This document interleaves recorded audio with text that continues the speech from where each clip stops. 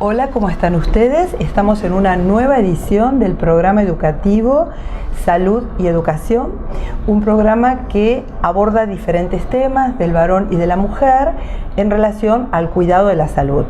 Y hoy tengo el placer que me acompañe el doctor Pablo Urcade. ¿Cómo estás, Pablo? Bienvenido. ¿Cómo estás, Olga? Buen día. Muchas gracias por la invitación. Bueno, por fin pudiste venir, porque te he invitado varias veces y siempre había algún inconveniente.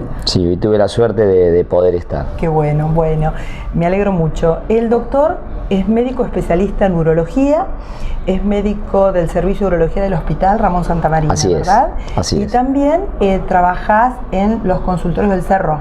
Así es, en la Clínica del Cerro, en la Avenida Bolívar 142, tenemos consultorios de urología. Muy bien. Y el tema que el doctor va a desarrollar hoy tiene que ver con la patología del varón en relación a su especialidad, y es el cáncer de próstata. El cáncer de próstata, sí. ¿El primero o el segundo en importancia en el varón? Sí, eso actualmente está en discusión. Se postula que el tumor más frecuente en el varón es el de pulmón y en segundo lugar el cáncer de próstata. Bien. Y algunos trabajos dicen que es el tumor de órgano sólido más frecuente en el varón después de los 50 años. Bien. Bueno, ¿qué introducción le podés dar al tema como para informar conceptos generales sobre y principalmente la enfermedad? Es un tema amplio que se pueden dar muchísimos conceptos. Principalmente me parece que lo que es muy importante es diferenciar un poco la patología prostática, que es lo que genera mayores controversias y más dudas en la población en general. El cáncer de próstata es una enfermedad que es frecuente en el hombre a partir de los 50 años sobre todo, y que se puede hacer el diagnóstico mediante un screening o su detección temprana con un test de sangre que es muy sencillo y muy rápido, y un examen digital rectal que se hace una vez al año. El cáncer de próstata es una enfermedad que no tiene síntomas manifiestos hasta que es localmente avanzada o tiene metástasis a distancia. A veces los pacientes confunden los síntomas de la hiperplasia prostática benigna con el cáncer de próstata. Lo que genera la mayoría de las veces sintomatología en el varón es la hiperplasia prostática benigna, que, como lo dice el nombre, es una enfermedad benigna, una patología benigna de la próstata, y que se produce a partir de los 40, 45 años y hacia adelante, y se debe al aumento del tamaño de la glándula prostática, que al estar ubicada anatómicamente debajo de la vejiga, los síntomas son mayoritariamente manifestados a la hora de la micción. Claro. Hay varios síntomas que están relacionados con la hiperplasia prostática benigna. Lo más frecuente es cuando el varón se empieza a levantar de noche. Se levanta primero una vez, después 2 veces, y ya después se levanta más veces, y eso lo lleva a descansar mal, a interferir en su vida diaria. Ponerse irritable, porque el no dormir... Exactamente. A irritar a la pareja, al matrimonio, a la vida social, familiar también, porque se levanta, prende la luz, va al baño, y ese tipo de cosas también tienen sus consecuencias.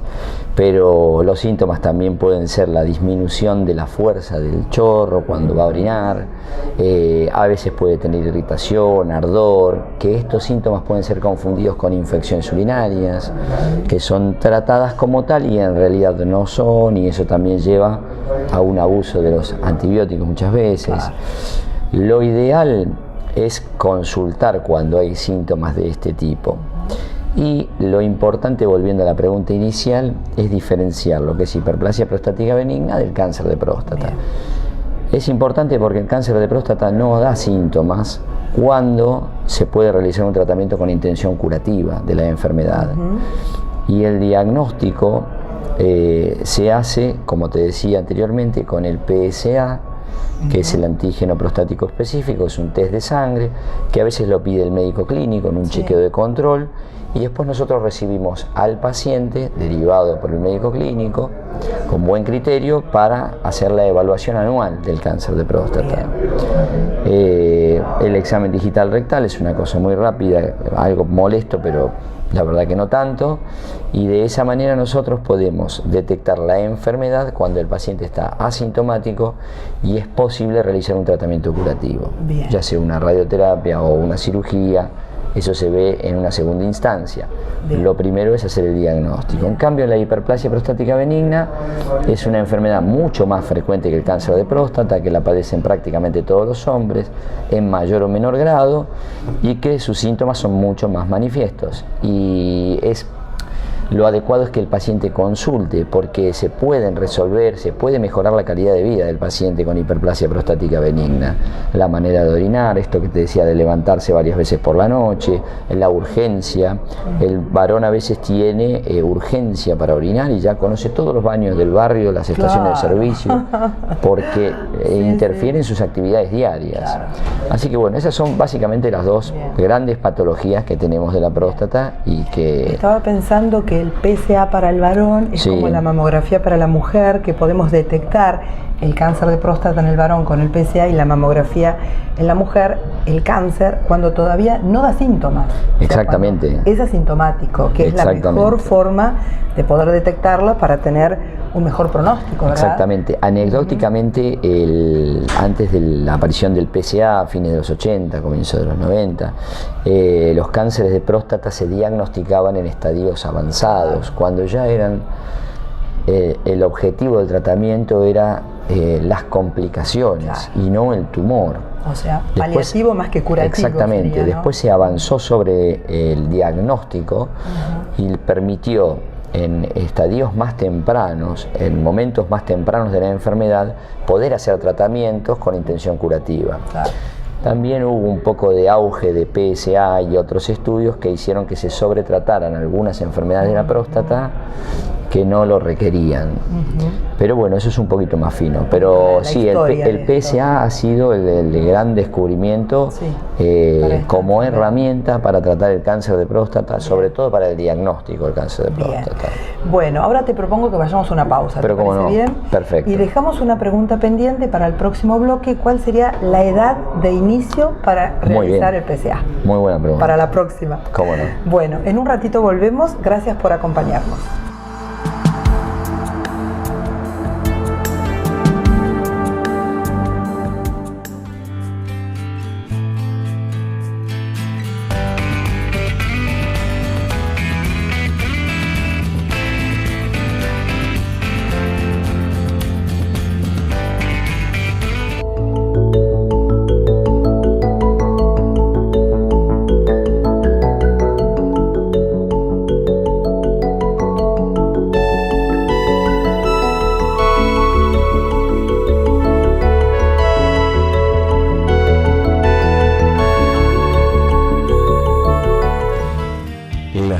Instalaciones acompañan la exigencia en medicina del Sanatorio Tandil desde hace 85 años.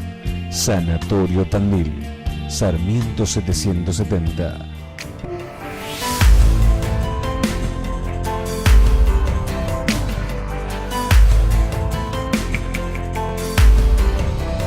Continuamos en el segundo bloque con el doctor Pablo Urcade, que está refiriéndose al tema cáncer de próstata.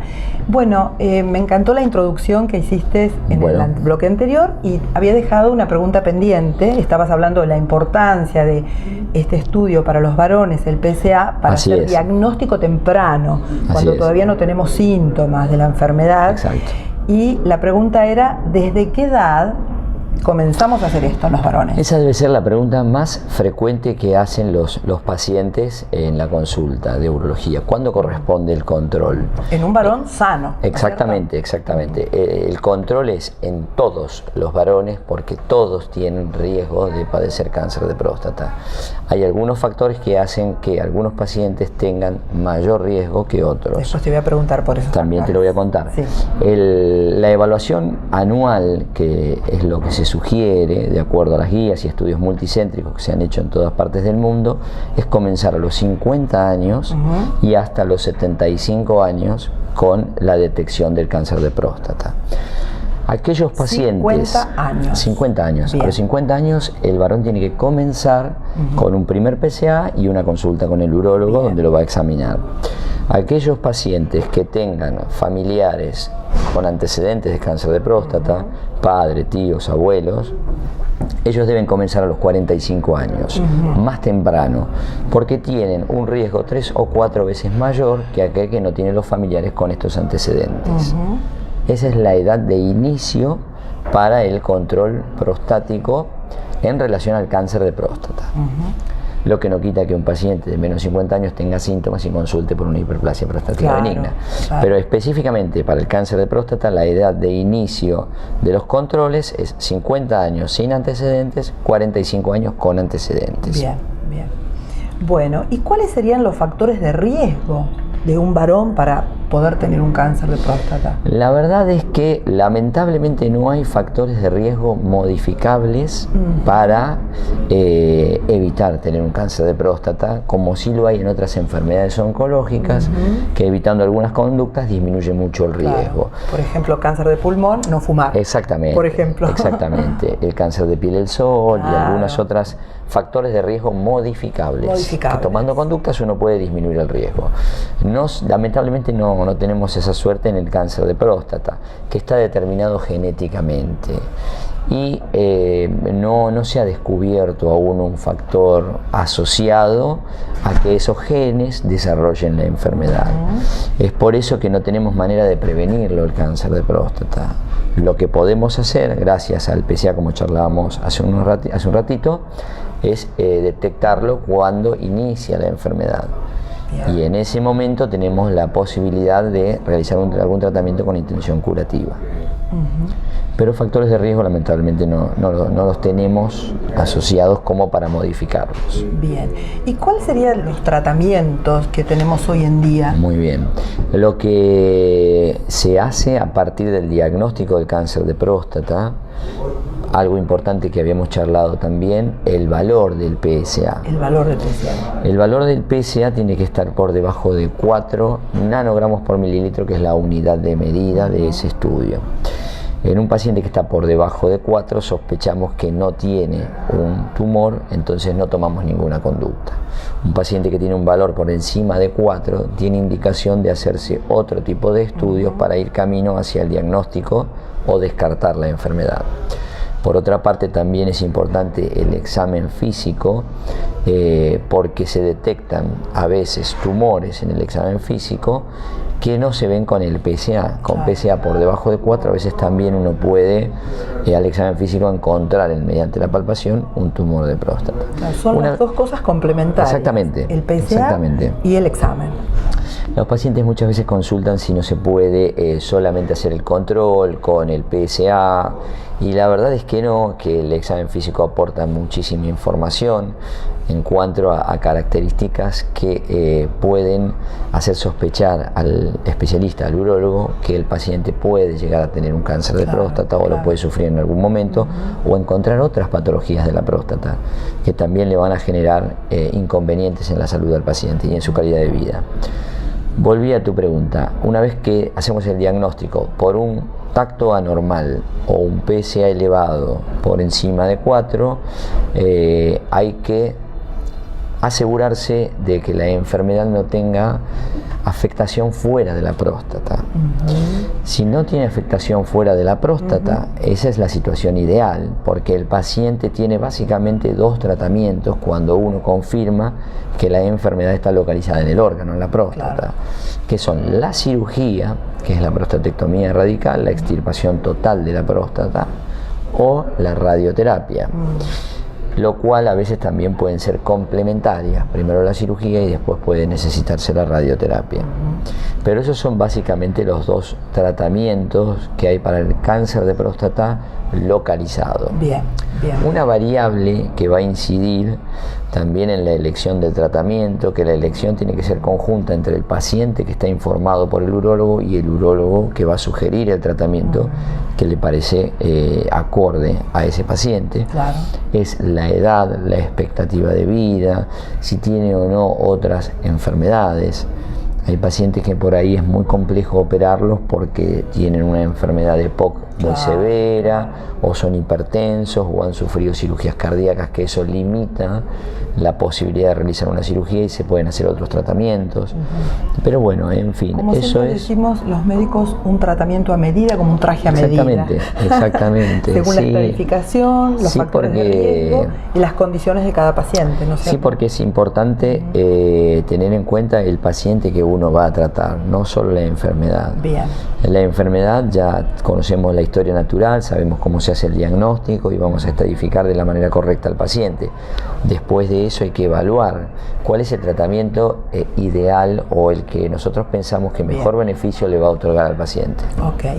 Bueno, vamos a ir a una pausa, ¿te parece? ¿Cómo no? Y después me gustaría también que dejemos el mensaje para las personas trans que todavía tienen próstata, que también se tienen que hacer los exámenes. Así es. Bien. Así es. En un ratito volvemos. Muchas gracias.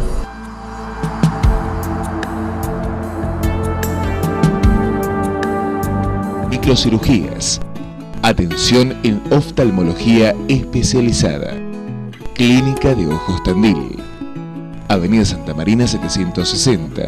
Página web www.clinicadeojostandil.com.ar. Email cotandil@speedy.com.ar. Bueno, continuamos en este tercer bloque con el doctor Pablo Urcade, que se está refiriendo al cáncer de próstata. Y bueno, es el último bloque. Muy bien. Lamentablemente ya nos tenemos que despedir. Pero a modo de cierre, me gustaría dejar un mensaje para los varones en relación al control urológico. Sí. Muy bien explicaste que, bueno, el cáncer de próstata a partir de los 50 años, varones que no tienen antecedentes, hacer el PSA y el control de la próstata por el tacto. Exactamente. Menores, bueno, a partir de los 40, aquellos que tienen antecedentes de cáncer de próstata familiar. A partir de los 45 en rigor. De los 45, perdón. Sí. Y los varones más jóvenes, ¿tienen que ir al urólogo a hacerse un control? A ver, La verdad es que no hay controles reglados para los varones menores de 40 años o de 50 años o de 45 años sin antecedentes de cáncer de próstata. Pero sí hay consultas frecuentes y hay motivos de consulta que a veces deberían ser tales y no lo son. Como por ejemplo, pacientes que son pareja de mujeres que padecen HPV. Claro. Entonces esos pacientes tal vez también tendrían que hacer un control urológico en busca de lesiones y para desarrollar tratamientos precisos de las lesiones si existieran por HPV.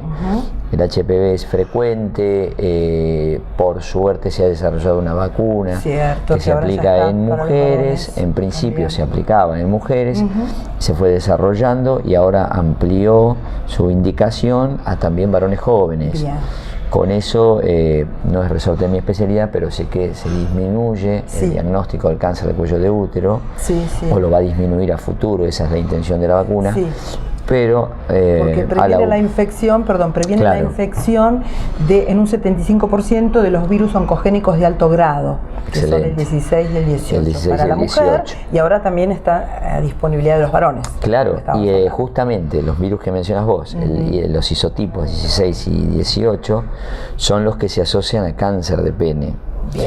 Que no es frecuente y la ventaja que tiene el varón es que ve las lesiones alrededor del prepucio o del frenillo, que son los sitios donde habitualmente aparecen esas lesiones de HPV, que pueden ser en formas de verrugas o de mácula pápula, que son unas manchitas sobrelevadas, que las puede notar como un cambio de color, de textura de la piel. Bueno, eso haría por ahí la consulta de un varón joven en la edad que estábamos charlando.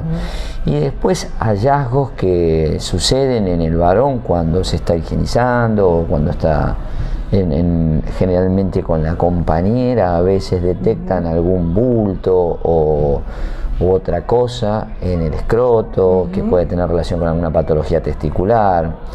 Esos son los motivos de consulta en varones más jóvenes.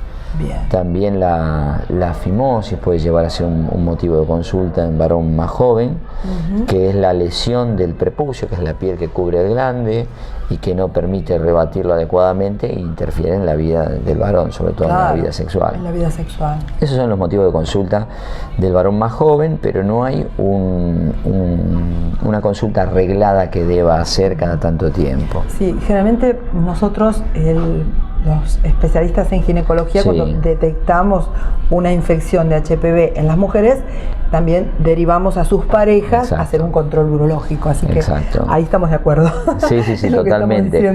Y es que es importante porque tratando a las dos personas que pueden desarrollar o contagiar la enfermedad va a disminuir muchísimo la estadística del cáncer de cuello de útero y va a favorecer también al hombre en lo que relaciona al cáncer de pene. Al cáncer de pene. Bien. Que si bien no es muy frecuente, existe. Y el tratamiento es muy traumático. Muy agresivo, claro que sí. Bueno, me encantó el programa. Vamos a hacer otro sobre el cáncer de testículo. Como no, cuando quieras. Que tiene que ver más con los varones más jóvenes, ¿no es cierto? Así es. Para informar sobre ese tema.